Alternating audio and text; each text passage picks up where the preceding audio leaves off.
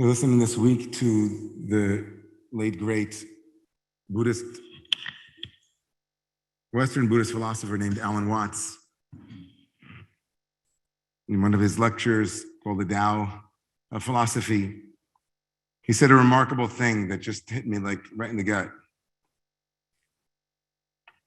Talking about the sense of self, talking about the I as it develops within the West, the one who is the observer, the one who is the experiencer, the one that we feel is contiguous and solid, and my I. He writes, it's actually absurd to say that we came into the world. We didn't. We came out of it. What do you think you are? Supposing the world is a tree, are you leaves on its branches, or are you a bunch of birds that settled on a dead old tree from somewhere else? Surely everything that we know about living organisms from the standpoint of the sciences shows us that we grow out of this world. That we, each one of us, are what you might call symptoms of the state of the universe as a whole. Symptoms of the state of the universe as a whole. Man, I tell you something, I heard that. And I started thinking about the phrase, out of this world. Out of this world. Man, how was that service? Oh, it was out of this world. Right, how was that concert? Oh, out of this world. Out of this world.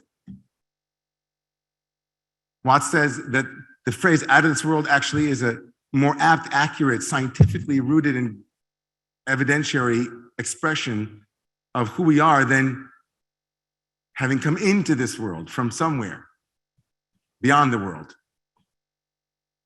This wonderful turning of a phrase and also its textured quality, its valence, multivalence, we would say. Interesting, out of this world both means immanent and transcendent all at once. To be out of this world is to be beyond the world. You're out of the world. Man, it was off the charts, but I don't mean off, I mean out. Off, out. But out of this world means to have emerged from within the world. We are of it, not more than it, but of it. As the leaves are of the tree. We humans are out of this world. This insight from Alan Watts gave me much to think about as we approached this weekend. For me, this weekend is something I think about all year long, and it happened to coincide with Parshat Kedoshim, the beginning of the book of, the chapter 19 of the book of Leviticus. Kedoshim coincides with Shabbat of the child, and insight from Watts into out of this worldness, transcendence and immanence, beyond and from within, permeates the conversation about kedushah, holiness. The Torah has a vision for the world. If you want to know what the vision of the world is, it is a vision called holy, a holy world. So what is a holy world? What's a holy anything? And on that, there are, of course, many commentators, as there should be, on such a fraught four-letter word. Holy. Some say that holiness means that which is separated and distinguished, having been made special. Kadosh means unique. Some say, of course, that Kadosh means an attribute of the divine that we might never, ever fully embody. Some say that holiness is to live an ethical and moral life. Lots of definitions for holy, but let's just assume for a moment that the world that the Torah envisions, called the holy world, is definitionally a world that is infused with what we would call good, what we might call love, what we might call sacred, something irreducible and pure, maybe even innocent. And so I guess having known what it is, how do we arrive at this holy vision of this holy world? How do we get to the land called kedushah? Well, the Torah basically says, if you want to know how to get there, you have to first acknowledge that there are two kinds of kedushah, two kinds of holy. The first is that the world isn't only something, holy is not just something that we work to build, but something that we uncover and discover. Holiness already exists. Category number one of holiness is the already holy. The already holy appears, of course, in Shabbat. The very first time the Torah talks about anything holy, it's not a place, it's not a person, but it's a time. Vayivarech Elohim es yom hashvi'i vayikadesh oso. Shabbat is kedushah kaima. Shabbat is already holy. Shabbat represents the already holy that you find in anything that you open your eyes to. You didn't do it, and you don't have to. It's the beauty that you see before it, and the only thing that you have to do is to acknowledge its existence, protect it. That's what we have to do with the already holy. We acknowledge its power, the beauty of the day or of the majestic mystery that is before us. We protect its preciousness. We witness the flower and all that it represents, the raw transcendence of the stars as they radiate, or the profound silence of the galaxies as they just beam. The already holy needs nothing from us but awareness. And building a holy world means we must also make the not yet holy into holy. The second category is not that which we discover, but that which we co-create. The collaborative lab of holiness in process. We are not only to discover holy, but to claim more space for it. We are holy knots, seeking out lands that we have not yet discovered, going where no one has gone before for the sake of the not yet holy. This not yet holy domain is active in us as we add time onto Shabbat, bring it into the week. We make a new relationship with someone we didn't know and all of a sudden discover their holiness, and collectively we become holier together. We are in the business of making the not yet holy holy, and to remove any of the inhibitions of that which might emerge as holy so that it might fully grow into its natural goodness. The inherent unfolding of holiness patterns in our world is our work. We might frame these two positions, the already and the not yet holy, as a holiness that points to an awareness of something bigger than us, and a holiness that we co-create. It replicates itself, the kedushah gene, if you will. Both of these frames are a way into understanding the opening lines of the Torah's portion known as Kedoshim. Before the Torah enters into what the scholars call the holiness code, a series of detailed ethical and moral and ritual commandments whose purpose was probably to create and co-create a holy world, it begins with a strange enigmatic phrase, Kedoshim tiyo ki kadosh ani Adonai Elohechem. You will be holy, or to you will be holy, you must be holy. Is it a question? Is it a promise? Is it a commandment? Kedoshim can be translated, Kedoshim to you can mean you shall be, or you will be holy, because the two frames are both there. There are things in the world that are already holy and they don't need anything but your recognition, says the Torah. Kedoshim, to you, there is holiness. Just like I am holy, God says, and I already am that way. And then there are realms that need your effort, your hard work, and your diligence in order to bring it into manifestation, just like me, God says. I'm not yet fully done. Just as I, God, am already holy and not yet fully expressed, so too the world as you see it, God says, like me, can be divided into what is already and what might yet be.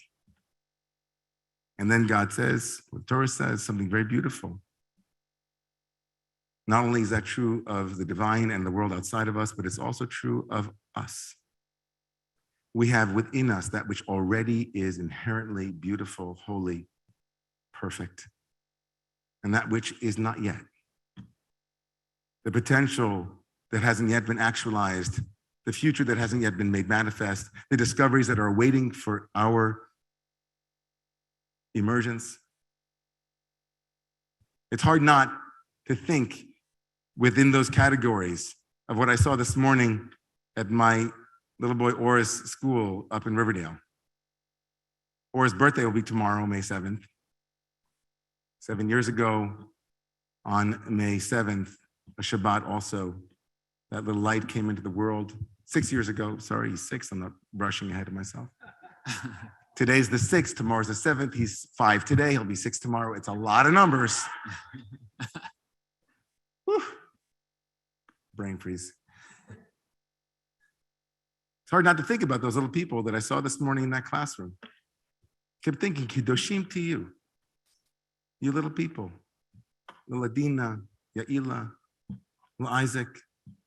As I sat there on their little shpilkes, each one of them with their creativity, each one unfinished, obviously, perfection that can be made more perfect with time, but already holy, not yet holy.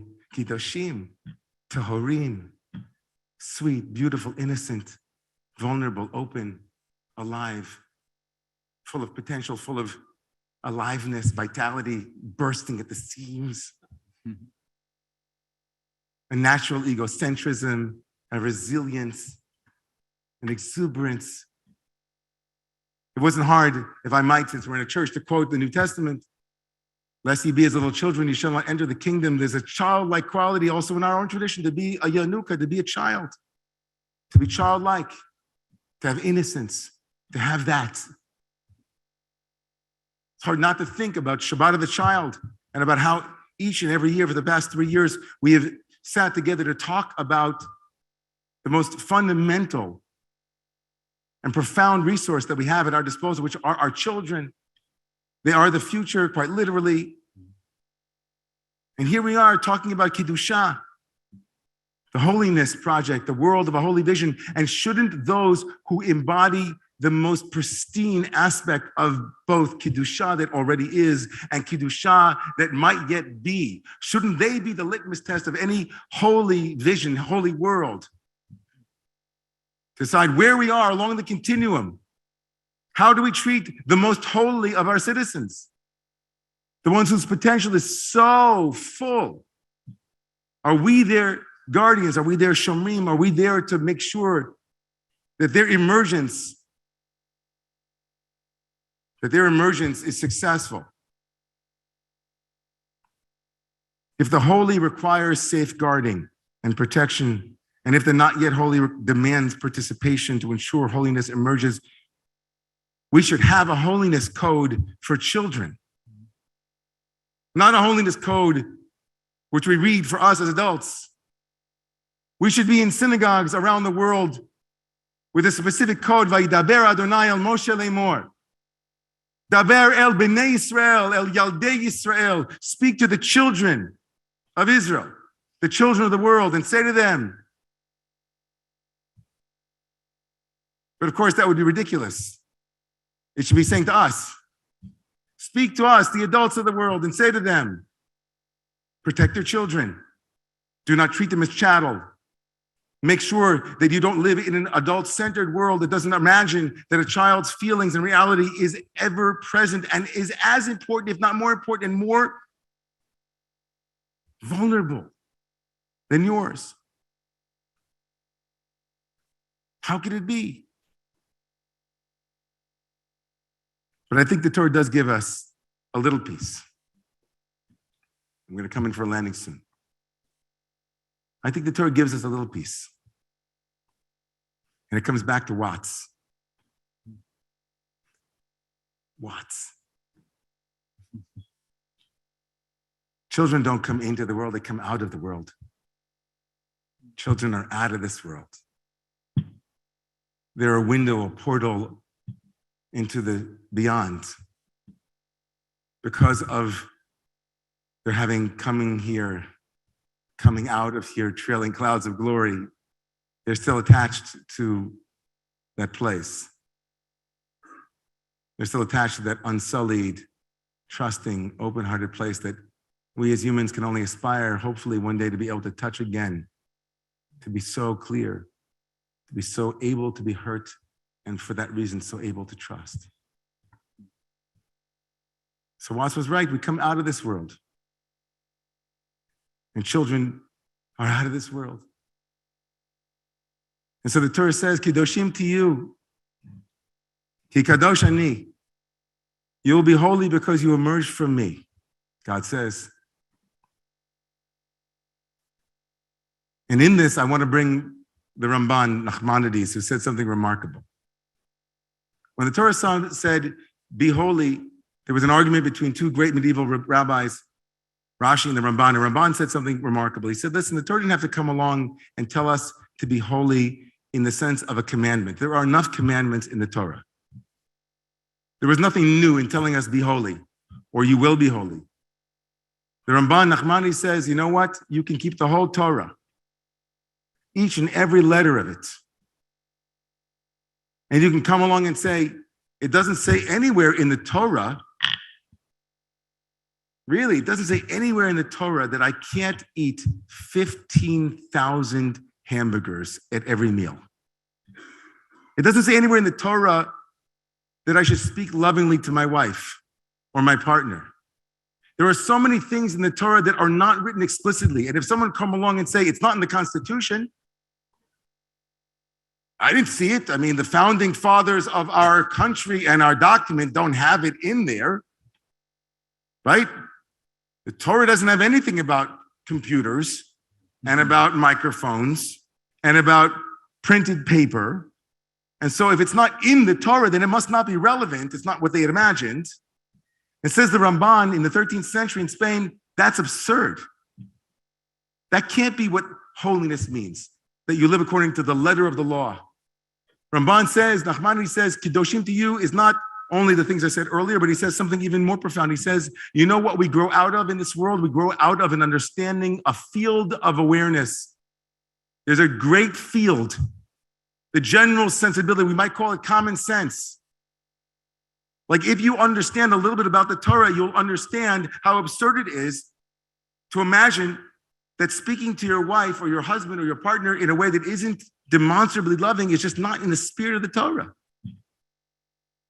If you read the Torah carefully, the Ramban says you can miss the point of what it is to become holy and how important the emergent field in which you are planted matters.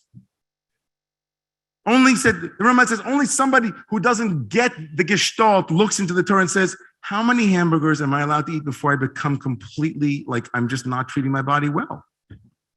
It's not written here, so I guess I'll just figure it out. He calls this a naval birshuta Torah. You can be somebody who acts disgracefully, but with the permission of the Torah. The permission of the Torah. That we can live in a world where the majority of the people in this country, it's so clear to them that a woman should have control of her own body. It's not just clear because of it says it or didn't say it in the Constitution. It's clear because it's at the essence of what it is to be a free country, to have liberty and the pursuit of goodness, to make sure that there aren't more unwanted children in the world, to make sure that violence doesn't come to women who desperately need an abortion. And so it's not written in the Constitution. Okay. There are a lot of things that aren't written in the Constitution that seem to be as obvious as the hand in front of my face. So the Ramban comes along and he says, you know what? You know your holy vision part, the holy world? You know that there are things that are already holy and there are things that are not yet holy?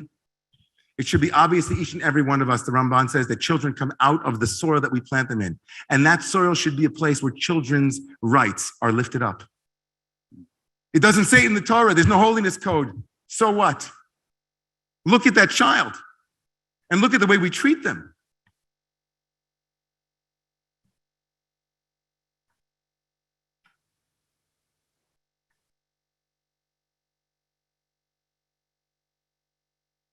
It's staggering to me, as someone who is a survivor of childhood abuse and who has publicly said that each and every year. It's staggering to me still how little attention is paid to our children publicly, how little attention is paid to the responsibility that we have and the assumption that in the Jewish community, maybe we'll get a degree from sacred spaces, maybe not. It's staggering to me. It's staggering to me that it's not written in large, like letters on every lawn, on every suburban synagogue, that it's our responsibility to stop child abuse in our institutions and in every home. It's staggering to me that there isn't a referendum on parenting and whether or not it's okay to spank a child. It's staggering to me that in an enlightened country where each and every one of us knows a rabbi, an imam, a priest, that we're not actually speaking about this more than once a year, maybe once a month. It's staggering to me that institutions of faith don't provide parenting classes for young mothers and fathers. It's staggering to me. Like my mind can't get around it. If I had $1 million, the first thing I would do is I would have classes for parents. Is there a greater social need? I just don't understand. It's staggering to me. My mind tries to fit around it, and all I can do is go back to Alice Miller, a great therapist who had the courage to write, "Thou shalt not be aware," the drama of the gifted child, and say that it must be a collective denial. How else do we explain it?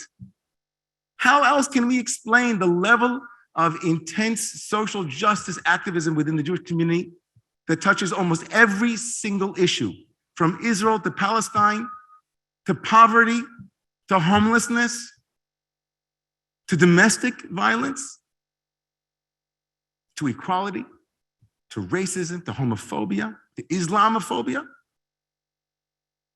How is it possible?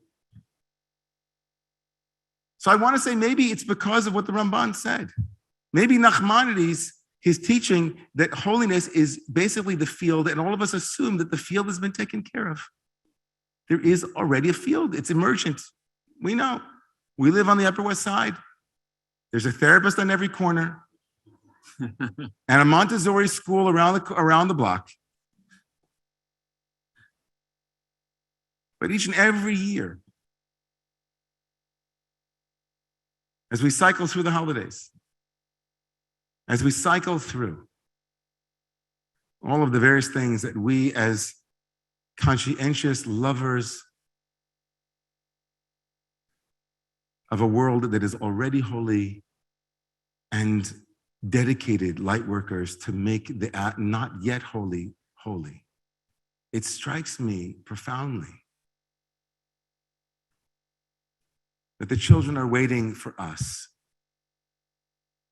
The children are waiting for us to say to them, you are out of this world. You are out of this world. This world that we will populate with protection. This world that we will populate with awareness and truth-telling. This world that we will make safe for you. This world where we will do our due diligence as adults to manage and regulate our own emotions and feelings and say that writ large.